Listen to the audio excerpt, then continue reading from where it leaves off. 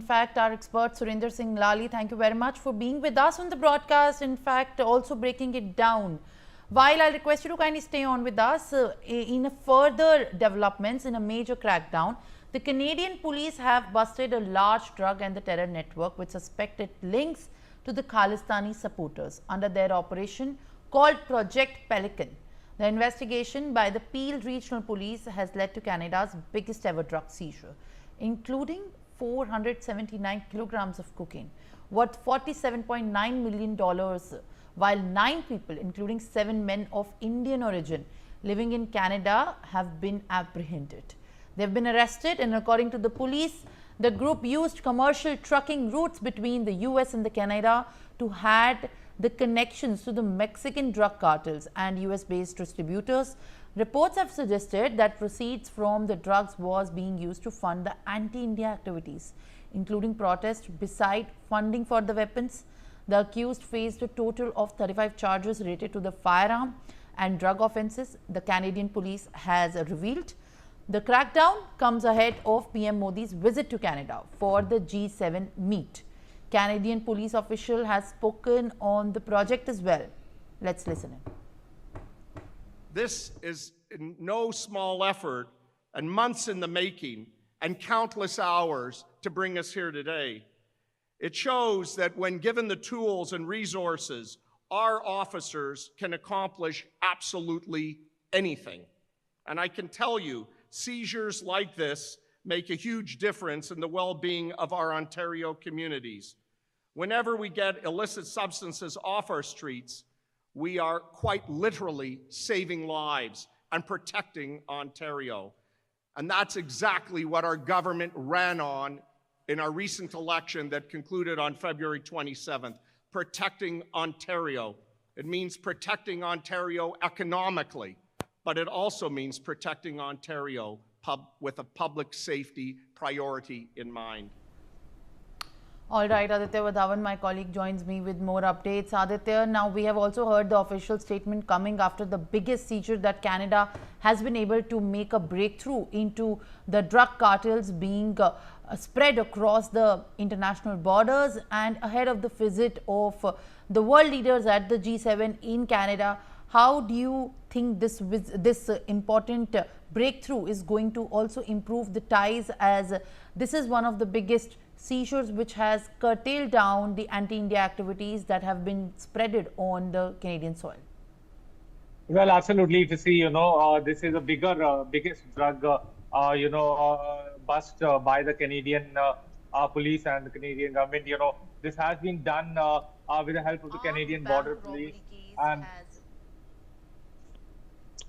this has been done with the help of the Canadian Border Police, and it is very significant at this juncture that such a thing has happened, and it is a very major breakthrough, because US has in the past conveyed the fact that Mexico and Canada borders are being used to push drugs into United States of America. So this is also can be partially an effect of the hard immigration policy that Trump is following, and at this juncture it is very essential how further drug controls and drug cartels that are operating in and around Mexico and Canada can be taken to task. At this juncture, it is very significant that it can be a step towards improving Indo-Canadian relationships in the future, because it's just as you mentioned that this was happening somewhere. Aim of this drug trafficking was to harm India as well. So at this juncture, it is a welcome move by Canada, and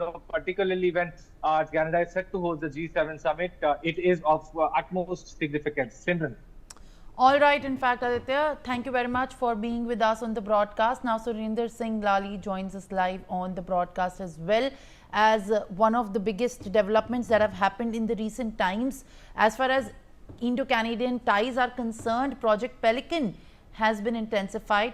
Mr. Lali, the project has been titled as Project Pelican, and this is of course going down in the history with a lot of recognition for the Canadian police. But what also comes down at this point of time in the focus is the fact that anti-India activities that are being spread on the Canadian soil from the people of the Indian origin have also got a setback, and this is in fact going to improve in the coming days, the relationship between the Indian leadership and the Canadian leadership, ever since they have hit a new low in the previous relationship. Thank you, Simran. Simran, this rot goes back to the 80s when Pierre Trudeau Sr.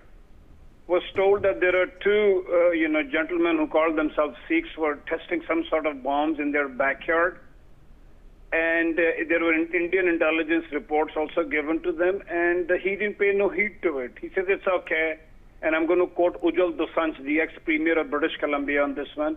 And he says that, oh, it's okay, there's just one turban fighting another, we don't care. And it is only because of that attitude we lost, 329 lives in our Air Kanishka, passenger flight. So this rot goes back to them, and I don't think this should be called, Project Pelican. It should be called Project Piranha, because these NRIs who call themselves Sikhs and don't even understand 101 of Sikhism are eating Canada up. I mean, a lot of criminal activities, nefarious activities, cross-border, immigration frauds are happening because a lot of them happen to be in the trucking business.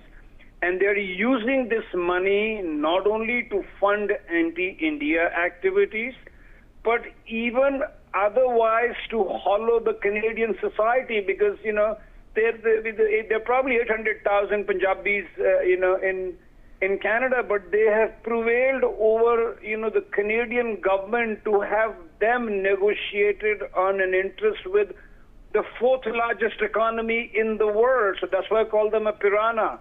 And this kind of doubles down when even, ISI and the deep state of Pakistan further joins these people in anti-India activities. I've been to the New York Sikh parade, and I've personally seen out in the open, Pakistani diplomats standing under the banner of these individuals who I think are nourished under the bogey of free speech in Canada only to try and, possibly keep India on a back foot, but that ain't happening anymore. So yes, you're right, that is them with Pakistani deep state that these Johnnies are nourished, and a narrative is built for anti-India activities, and this is only the leaves. There is a lot more rot in the Canadian society. A lot of these key elements have penetrated into the Parliament and into the Canadian Peel Police and the Royal Mountain Police Force. I mean, I'm not going to paint everybody with one brush, but Simran, there are 22 Punjabis elected into the House of Commons. So I hope that they understand and drive some sense into the Canadian dispensation that your relationship between India and Canada is far more important than only, sort of succumbing to these fringe rogues who get this illegal drug money to fund local Congress people in the municipal elections, Simran. Absolutely. In fact, Mr. Ali, thank you very much for being with us on the broadcast and sharing your detailed takes on